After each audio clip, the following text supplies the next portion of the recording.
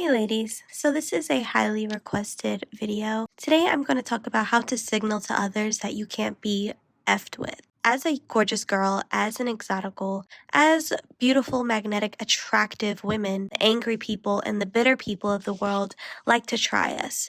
And so you have to learn to send subtle signs to people that they better tread lightly. So there's ways that we can teach people with our body language, with our eyes, with our boundaries, with a lot of different things that will send signals to them. And it also just warns narcissistic people that we're on to them. I've been practicing this for a very long time because I have had a very high level of exposure to narcissism since a child. So I was able to sniff out a toxic person a mile away.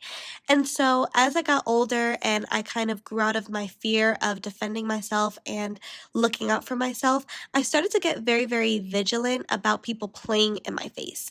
I started to get very, very cutthroat about how people handled me, specifically strangers, because I think when people don't know you, it's easy for them to want to try you.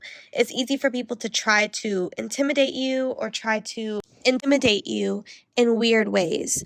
And so one of the ways that I signal to people to not try me is upon meeting someone, if I notice that they're looking me up and down. You know when people don't think you see them? When they realize that you're a threat or you have pretty privilege or whatever they've decided to pinpoint about you. You see them in your peripheral vision and you see them looking you up and down. You see them doing weird things like fidgeting and looking uncomfortable when you're around and in their spaces. That shows me and that lets me know that you're triggered.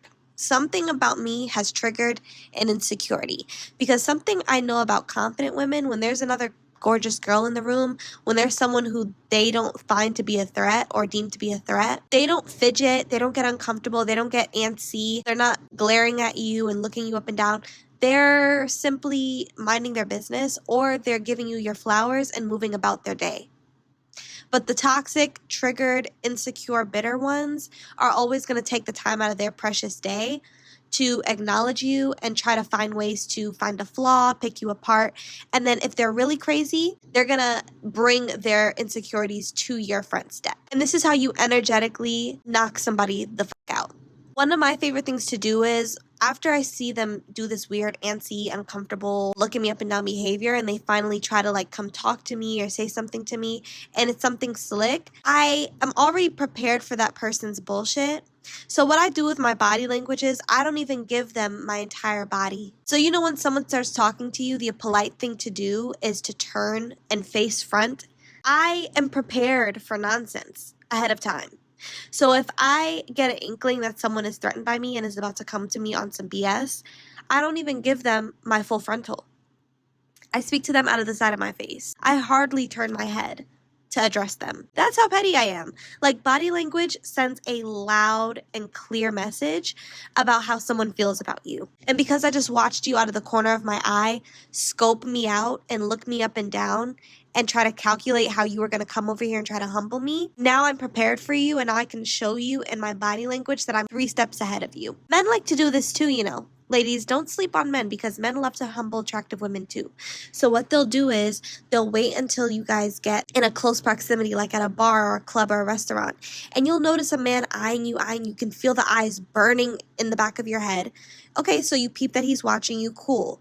He's hesitant. He's fidgety. He looks uncertain. He looks unsure. He looks insecure. He's trying to build up the confidence to talk to you. Then he has the nerve to come over to you and neg you. Interesting.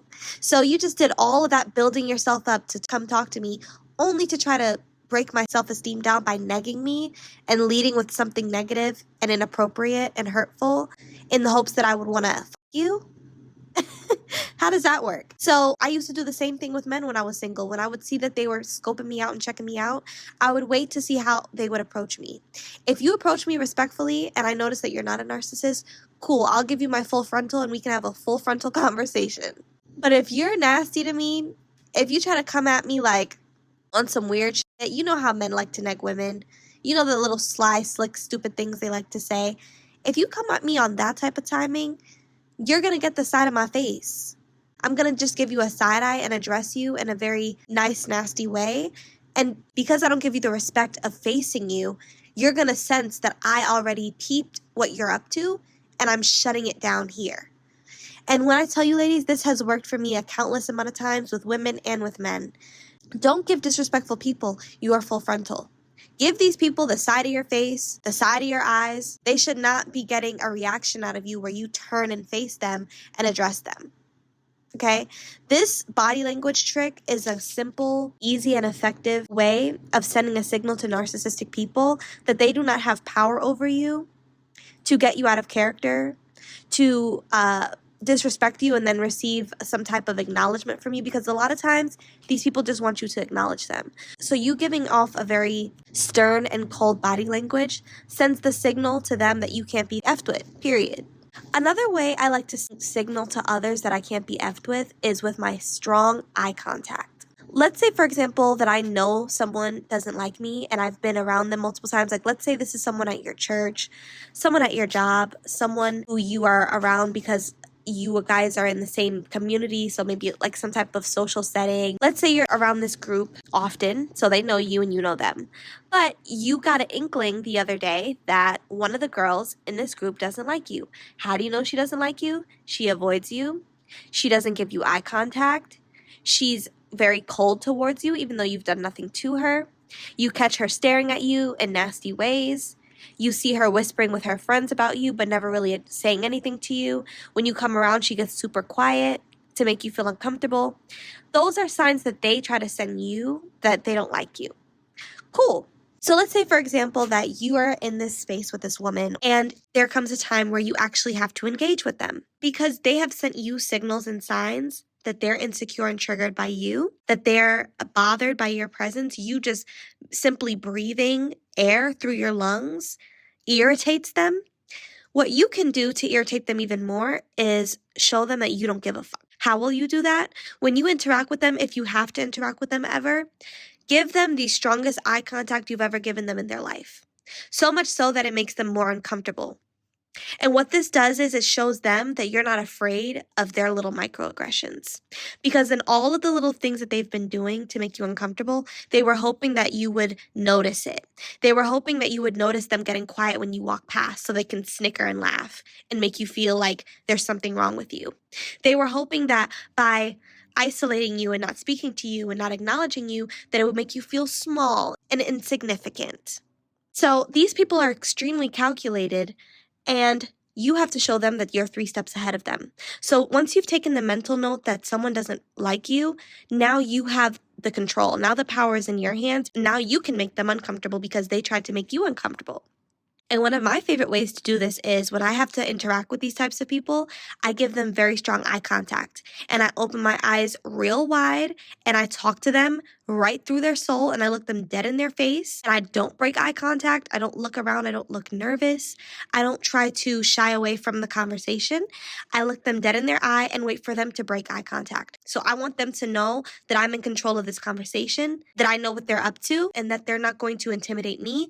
I'm going to intimidate them. And it works really well on these types of people because, again, they do a lot of petty, underhanded things, very covert things to make you uncomfortable. So when you give them strong eye contact and you don't break, it makes them so small. So strong eye contact is another way to reverse back to you a bit, okay? And lastly, the third thing you want to do to signal to someone that you can't be effed with is having stiff boundaries, ladies.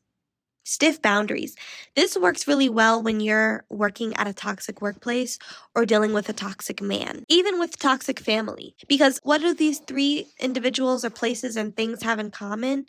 They are constantly overstepping because of proximity. They're constantly overstepping and pushing boundaries and testing you because they have access to you. Having stiff boundaries sends a sign to toxic people that there are certain lines that cannot be crossed. And if they are crossed, there are consequences. And consequences are something that narcissists hate to have. They hate to have boundaries and they hate consequences. They are constantly avoiding them. So when you serve consequences up on a silver platter, your boundaries are literally protecting you from their tactics. So if you can already have a boundary when someone tries you, it doesn't give them the opportunity to continue to play with you. Obviously, if they keep trying you, do what you have to do, handle that, civilly or non-civilly. I don't judge. Do what you gotta do, baby. Okay? But having stiff boundaries is so important because then people see that there are certain things that they will not get away with. Every time they cross this boundary, there will be consequences. When you do this, you get this. I mean, we learn this fundamentally as children, but this is the thing with narcissists. They are perpetual children who never have grown, who have never taken accountability, who have never learned to respect people. So they are constantly looking to push boundaries and not respect your standards, and also don't like to tolerate consequences. So when you hold boundaries and consequences over their head, it's a double whammy. And if you hold fast to your boundaries, they will get tired of you and move on to someone who will make it easier for them to manipulate and control. You'll get boring because they realize these boundaries aren't for fake. She's for real. Like, she's not playing with me. I can't get over on her. And they leave you alone eventually.